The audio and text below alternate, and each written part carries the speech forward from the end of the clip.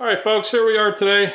I just finished putting up the rest of the whiteboard. Behind the whiteboard, we were insulated. All the wiring was run. So we have that all poking through at this point. And my next step is to get this cabinet back in this area. Because this is going to be permanently mounted. This is going to be my sinks. And my molding in the corner is going to run up from the stainless steel lip, so I can get it all the way back against the wall. You see we have some imperfections, not a problem. It's just this stuff does sag and bow a little. We didn't want to put a solid plywood above it because we're trying to keep the weight down, especially up high on the trailer. So what we're going to do is we're going to run some molding. We're going to get the plastic PVC molding to run across the tops. The bottom, again, remember we wrapped the linoleum up around the bottom. So that comes all but maybe a ½ inch, quarter inch down to the bottom. So we are good in that area. Once I get this cabinet inside here set up, that's the one we're going to push through in this area, put the electric in it for the water heater, as well as push the water lines in through that wall as well. We're going to drill that out from the outside. That way it's insulated, all done up, and we can finish this wall from the inside a while.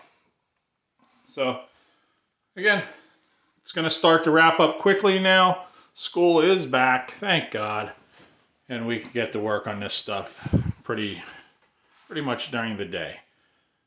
I do have some trim work I'm going to have to do here.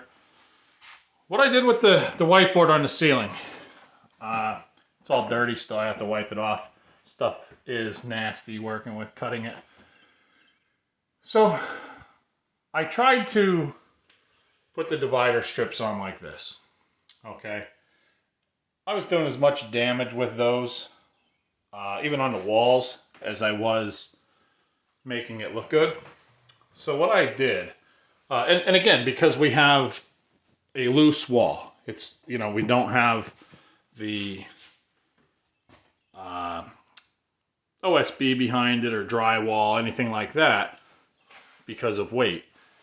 We're going to have cabinets up against it, things in that manner. We can hang any shelving from the studs. I'm not worried about using just the whiteboard for strength. It's basically just a way for us to keep the trailer clean at this point. So here's what I want to explain to you we did. And I do have the white edge for here. We just ran the low board across, and then we placed the top one right over top of it. You're talking about a 1/8 inch gap. So it's really not an issue with that. On the ceiling, you see, this is what it matches up to be. You can't even tell that it's not supposed to be like that. Looking down the roof, you do see a little, you know, maybe quarter inch rib. But looking this way, it looks like it's perfectly put up. All right. So this is going to do two things. One, if I got to pull a piece off, I can just pull the piece off. I don't need to worry about taking the whole thing, you know, not being able to get it back in. Because if I had to do this on two edges, I would probably lose faith in everything. Because I'll tell you what, it is a struggle to get it to snap in. Even running the additional piece down alongside to help it snap in is difficult with the two-way divider. So anyways, I did do the front wall that way before I gave up on it and figured, why am I doing this to myself? Let's just get it over. And I actually like the strength of it better this way. Because if I push on it, it's solid. There's no give to it. Whereas if we push over here, you know, there's a little bit of a give. If I bang this wall here, that would probably divot in and come out of that channel. So again, there's a shelf going there. Not going to be an issue for banging the wall. All right, well, I'm going to start getting some equipment in here, get this thing cleaned up and trimmed up. Then I can finish, once I get this piece in here, actually my next step is going to be to finish this outside porch. I want to get the last of the metal up, the linoleum down, and the leaves swept off it so I can keep them out of the inside. Once that linoleum's down, we're going to put the door in. The door is ready to go. I just wanted to have that outside linoleum lapped over so that way I can kind of make like a rain gutter underneath it so that it cannot, should the trailer ever be parked downhill and some heavy rains be blowing onto the porch, that it does not come inside. We'll also do that at the bottom inside the wall in the corners here like we did inside the trailer. All right, so if you like what you see, let me know. Throw a little comment out there. Be happy to answer any questions you may have. And I look forward to showing you the finished result.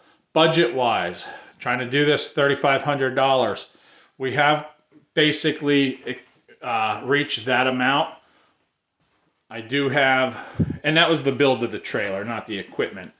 I do have the other materials that I need sitting here though for the rest of the metal on the roof out here, the walls here. The only additional add-on I need to do for the trailer itself is I have to come up with some sort of swing down step front to back here. I'm going to try to make this so that when it's folded up, it's the finished part of the wall, and when we flop it down, it is stairs to come up onto the trailer.